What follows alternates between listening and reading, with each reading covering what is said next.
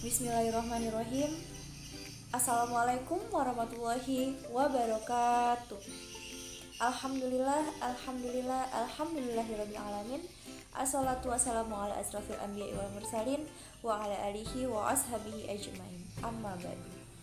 Yang terhormat Bapak Muhammad Taufik selaku dosen mata kuliah KD Kimia dan teman-teman semua yang saya sayangi. Pertama-tama, marilah kita panjatkan puja dan puji syukur kita atas kehadiran Allah Subhanahu wa taala yang telah memberikan nikmat sehat kepada kita semua sehingga kita dapat melaksanakan perkuliahan dari ini dalam keadaan sehat walafiat. Tak lupa juga kita curahkan sholawat serta salam kepada junjungan kita Nabi Agung Muhammad Sallallahu Alaihi Wasallam. Semoga kita mendapatkan syafaatnya di yaumil akhir kelak. Amin amin ya robbal alamin. Baiklah teman-teman, di sini kami dari kelompok 7 akan mempresentasikan hasil diskusi makalah yang telah kelompok kami buat dengan tema mikromolekul dan makromolekul pangan. Sebelumnya, izinkan saya memperkenalkan terlebih dahulu kelompok 7. Kelompok 7 beranggotakan yang pertama ada Vivi Ike Nur Safitri dengan NIM 193141042.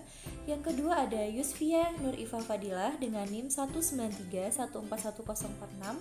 Yang ketiga ada Trisni Purwitosari dengan NIM 193141050. Dan yang keempat ada Tasya Dinamorisa dengan NIM 193141058. Baik teman-teman, selanjutnya kita akan masuk ke materi. Materi yang pertama akan disampaikan oleh Saudari Tasya Dinamorisa. Kepada Saudari Tasya Dinamorisa, dipersilakan. Baik teman-teman, di sini saya Tasya Dinamorisa akan menyampaikan materi mengenai mikromolekul. Mikromolekul atau mikronutrien atau zat gizi mikro adalah zat gizi yang dibutuhkan oleh tubuh dalam jumlah sedikit, namun mempunyai peran yang sangat penting dalam pembentukan hormon, aktivitas enzim, serta mengatur fungsi sistem imun dan juga sistem reproduksi. Nah, yang termasuk dari mikromolekul yaitu yang pertama ada asam amino. Semua asam amino mempunyai satu gugus asam karboksil, satu gugus amino pada posisi alfa dari rantai karbon yang asimetris, sehingga dapat terjadi beberapa isomer. Asam amino dapat bertindak sebagai buffer yang berfungsi menahan perubahan pH. Selanjutnya saya akan menjelaskan mengenai sifat asam amino. Sifat asam amino ada 3. Yang pertama, amfoter. Gugus fungsional pada asam amino yaitu karboksil dan amina. Keduanya mempengaruhi sifat keasaman asam amino. Dengan demikian, asam amino dapat bereaksi dengan asam maupun basa, sehingga dikatakan bersifat amfoter atau amfiprotik. Yang kedua yaitu ion Zwitter atau ion dipolar. Pada asam amino, ada gugus yang dapat melepaskan ion H+, dan ada gugus yang menerima ion H negatif. Akibatnya, terbentuk molekul yang memiliki 2 jenis muatan, yaitu muatan positif dan muatan negatif. Molekul seperti ini dikenal sebagai ion Zwitter. Nah, yang ketiga yaitu optis aktif. Semua asam amino kecuali glisin, senyawa tersebut dapat memutar bidang polarisasi cahaya. Selanjutnya saya akan menjelaskan mengenai sumber asam amino. Sumber asam amino yang pertama yaitu berasal dari hewani. Contohnya susu, telur, daging, yaitu dari sapi atau ayam. Ada juga makanan laut yaitu ikan, udang, kerang, kepiting, dan juga cumi. Ada hati ayam. Dan juga ada produk susu yaitu keju dan juga yogurt. Nah, yang kedua sumber asam amino dari nabati, yaitu tahu, tempe, kacang-kacangan, pisang, brokoli, bayam, alpukat, jamur, gandum utuh, jagung, dan juga beras merah. Selanjutnya yaitu fungsi asam amino. Fungsi asam amino ada 5. Yang pertama berfungsi untuk sintesis jaringan protein. Yang kedua sebagai sumber energi metabolis. Yang ketiga memperbaiki jaringan yang rusak. Yang keempat membentuk antibodi. Dan yang kelima menyeimbangkan kerja hormon dan enzim. Yang kedua yaitu ada asam lemak. Asam lemak adalah asam karboksilat yang diperoleh oleh hidrolisis ester, terutama gliserol dan juga kolesterol. Nah, klasifikasi asam lemak yaitu ada 2. Yang pertama ada asam lemak jenuh. Asam lemak jenuh adalah asam lemak yang hanya memiliki satu ikatan tunggal pada molekulnya. Asam-asam lemak yang jenuh memiliki titik cair yang lebih tinggi dibandingkan dengan asam yang tidak jenuh. Nah, lemak jenuh bersumber dari daging sapi, kambing, dan juga domba. Yang kedua, ada asam lemak tidak jenuh. Asam lemak tidak jenuh adalah asam lemak yang memiliki satu ikatan tunggal dan satu ikatan rangkap pada molekulnya. Lemak tidak jenuh sangat dibutuhkan oleh tubuh karena lemak tak jenuh bersumber dari minyak ikan seperti salmon, kacang-kacangan, biji-bijian, minyak zaitun, dan juga alpukat. Baik teman-teman, materi selanjutnya akan disampaikan oleh Saudari Vivi Ike Nur Safitri. Kepada Saudari Vivi Ike Nur Safitri dipersilakan. Yang ketiga adalah mineral. Unsur mineral merupakan salah satu komponen yang diperlukan oleh makhluk hidup. Berdasarkan kegunaannya dalam aktivitas kehidupan, mineral dibagi menjadi dua golongan.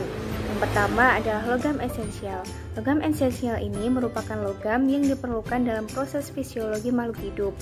Mineral ini biasanya terikat dengan protein, termasuk enzim untuk proses metabolisme tubuh, yaitu kalsium, fosfor, kalium, natrium, klorin, sulfur, magnesium, besi, tembaga, seng, mangan, kobalt, dan iodin, serta selenium. Yang kedua adalah logam non-esensial.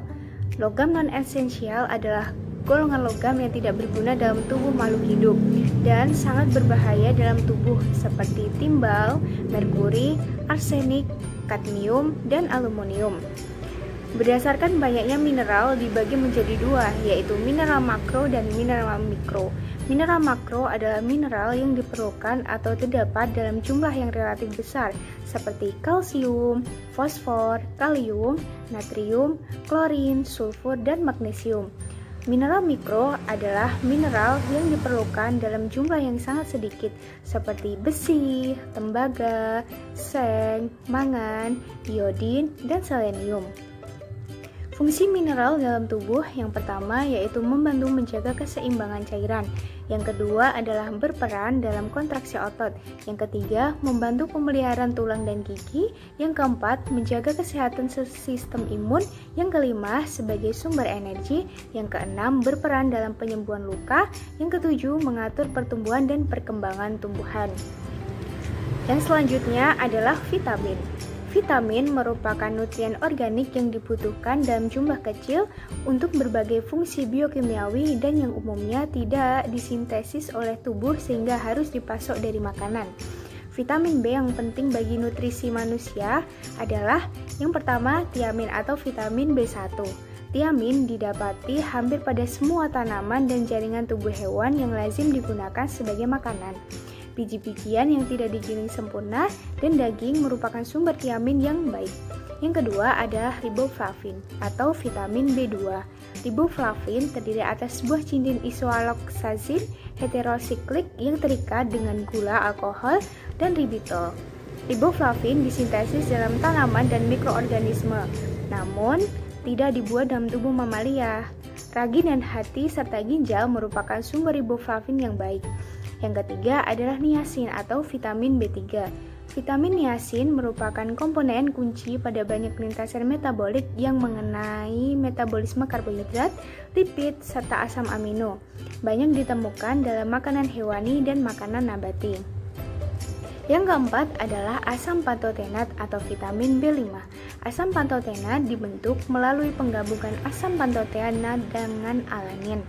Asam pantotenat banyak ditemui dalam sebagian besar jaringan hewan, sereal, serta kacang-kacangan. Yang kelima adalah vitamin B6.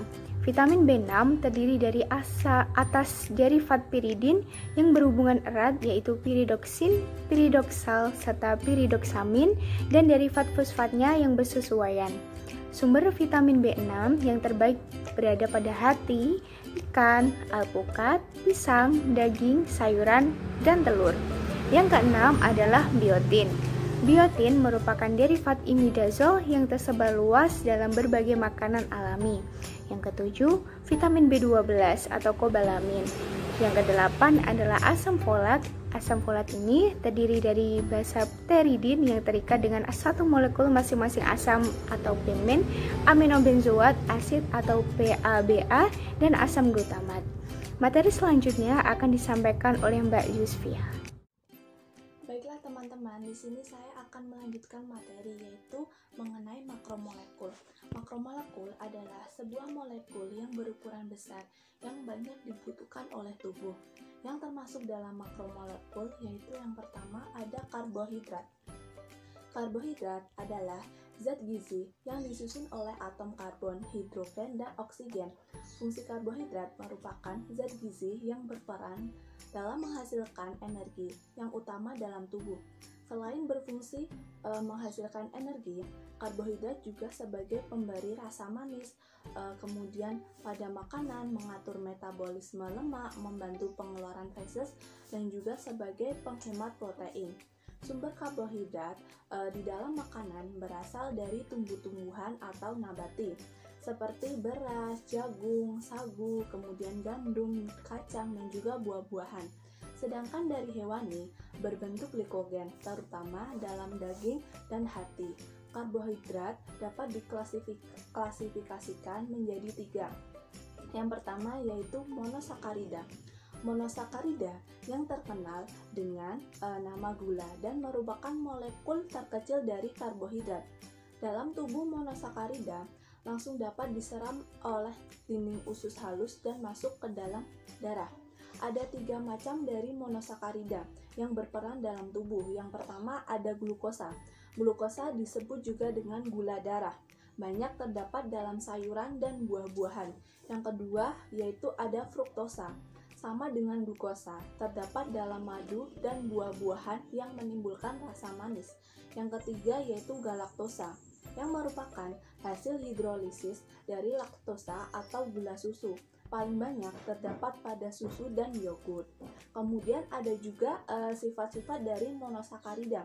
Yang pertama yaitu semua monosakarida zat padat putih mudah larut dalam air. Yang kedua, larutannya bersifat optis atau aktif. Yang ketiga, larutan monosakarida yang baru dibuat mengalami perubahan sudut putaran disebut mutar rotasi. Yang keempat, umumnya disakarida memperlihatkan mutar rotasi, tetapi polisakaridanya tidak. Yang kelima, semua monosakarida merupakan reduktor sehingga disebut gula reduksi. Yang keenam, kebanyakan tidak bervariasi pada kristalin atau manis. Kemudian klasifikasi dari karbohidrat yang kedua yaitu oligosakarida. Kelompok ini termasuk gula yang mengandung 2-10 molekul gula sederhana. Yang termasuk dalam oligosakarida yaitu ada 2. Yang pertama, disakarida atau C12H22O11 merupakan gabungan 2 macam monosakarida. Ada 3 macam disakarida, yaitu yang pertama ada sukrosa, terdapat dalam sorghum, gula aren, dan gula tebu. Yang kedua ada maltosa, sumbernya biji-bijian yang dibuat kecambah. Yang ketiga laktosa, sumbernya adalah susu. Kemudian macam oligosakarida yang kedua ada trisakarida atau C18H32O16, sumbernya bibit, madu, sedangkan tetrasakarida atau C24H42O21 banyak terdapat pada bit dan kacang polong. Sifat dari disakarida dan monosakarida adalah larut dalam air, mudah dicerna, dan rasanya manis. Kemudian klasifikasi yang ketiga yaitu polisakarida. Pada umumnya, polisakarida mempunyai molekul besar dan lebih kompleks daripada monosakarida dan oligosakarida. Polisakarida yang terdiri atas satu macam monosakarida saja disebut homopolisakarida atau contohnya kanji, glikogen, dan selulosa. Sedangkan yang mengandung senyawa lain disebut heteropolisakarida, contohnya heparin. Kemudian ada juga sifat-sifat dari polisakarida. Yang pertama, berupa senyawa berwarna putih. Yang kedua, tidak berbentuk kristal. Yang ketiga, tidak mempunyai sifat manis. Contoh polisakarida ada 2. Yang pertama yaitu amilum. Banyak terdapat di dalam terdapat di alam yang sebagian besar dari tumbuhan. Contohnya umbi-umbian, daun, batang, dan biji-bijian. Yang kedua ada glikogen, merupakan bentuk cadangan glukosa pada sel-sel hewan dan manusia yang disimpan di dalam hati dan otot sebagai granula atau butiran kecil dan halus yang terdapat dalam sel. Kemudian itulah ada tiga macam klasifikasi dari karbohidrat. Kemudian apa sih peran karbohidrat bagi tubuh itu? Nah, peran karbohidrat bagi tubuh yang pertama yaitu menyediakan makanan untuk seluruh kehidupan di bumi. Yang kedua, sebagai bahan bakar dan nutrisi. Yang ketiga, sebagai cadangan energi. Yang keempat, sebagai materi pembangun. Itulah materi yang bisa saya sampaikan. Selanjutnya akan disampaikan oleh Mbak Trisni.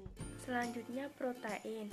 Protein adalah suatu zat yang dalam susunan kimiawinya terdiri dari unsur oksigen, karbohidrogen, dan nitrogen, serta kadang-kadang mengandung sulfur dan fosfor yang membentuk unit-unit asam amino. Protein banyak terdapat pada bahan makanan yang berasal dari hewan seperti daging, sapi, ayam, ikan, hati, dan telur. Protein hewani mengandung kualitas yang baik karena mengandung hampir semua asam amino esensial dalam bahan makanan tumbuhan, contohnya seperti kacang tanah, kacang hijau, kacang kedelai, tetapi hanya sebagian asam amino esensial yang terkandung di dalamnya sehingga dibutuhkan kombinasi bahan makanan lainnya sebagai penunjang. Klasifikasi protein berdasarkan A.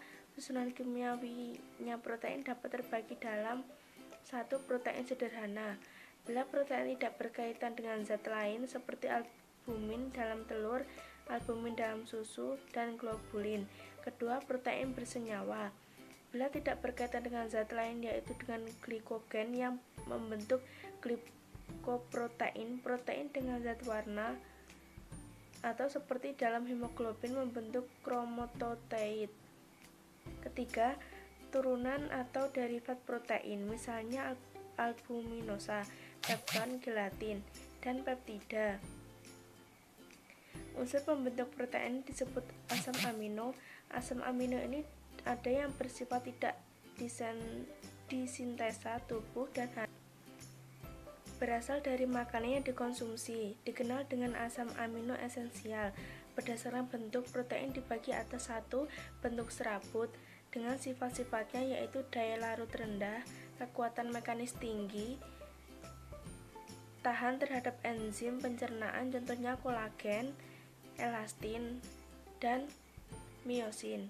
Kedua, bentuk globular yang mempunyai sifat yaitu terdapat dalam cairan jaringan tubuh, larut dalam garam dan asam encer, mudah mengalami denaturasi, contohnya albumin atau dalam susu, telur, hemoglobin. Ketiga, protein konjungsi dengan sifatnya yaitu terikat dengan bahan non-asam amino, contohnya nukleoprotein, lipoprotein, fosfoprotein, metalprotein. Selanjutnya sifat-sifat protein. Pertama, ionisasi. Protein yang larut dalam air akan membentuk ion yang mempunyai muatan positif dan negatif. Yang kedua, denaturasi. Denaturasi merupakan perubahan konformasi alamiah menjadi suatu konfirmasi yang tidak menentu. Ketiga, hidrasi protein. Molekul protein mengandung gugus-gugus nitrogen atau atom oksigen yang mengandung pasangan elektron dan saling membentuk ikatan hidrogen. Keempat, viskositas. Viskositas adalah tahanan yang timbul oleh adanya gesekan antara molekul-molekul di dalam zat cair yang mengalir. Selanjutnya, lemak atau lipid. Lipid merupakan kelompok senyawa yang penting sebagai sumber cadangan energi utama bagi makhluk hidup. Di samping itu juga berperan sebagai insulator yang berfungsi sebagai penahan panas agar suhu tubuh dapat dipertahankan dalam keadaan normal. Lipid juga ada yang berperan sebagai vitamin, yaitu vitamin-vitamin yang larut dalam lipid seperti A, D, K. Komponen dasar lemak adalah asam lemak dan gliserol yang diperoleh dari hasil hidrolisis lemak, minyak, maupun senyawa lipid lainnya. Fungsi lemak adalah pertama sebagai sumber energi, kedua sebagai penyekat panas dalam jaringan subkutan, ketiga sebagai pelindung organ tubuh, keempat sebagai pelarut vitamin A, D, E, K, kelima mengoptimalkan fungsi pencernaan. Selanjutnya klasifikasi lemak. 1. Lemak sederhana merupakan lemak yang disusun oleh trigliserida, yaitu 3 asam lemak dan 1 gliserol. Kedua, lemak campuran merupakan lemak yang terdiri dari asam lemak dan gugus tambahan lain selain lemak. Ketiga, lemak turunan merupakan zat yang diturunkan dari golongan-golongan di atas dengan hidrolisis, contohnya kolesterol. Baik teman-teman, demikian presentasi dari kelompok 7. Apabila ada kesalahan, kami mohon maaf dan kepada Allah kami mohon ampun. Saya ucapkan terima kasih. Wabillahi taufik wal hidayah. Wassalamualaikum warahmatullahi wabarakatuh.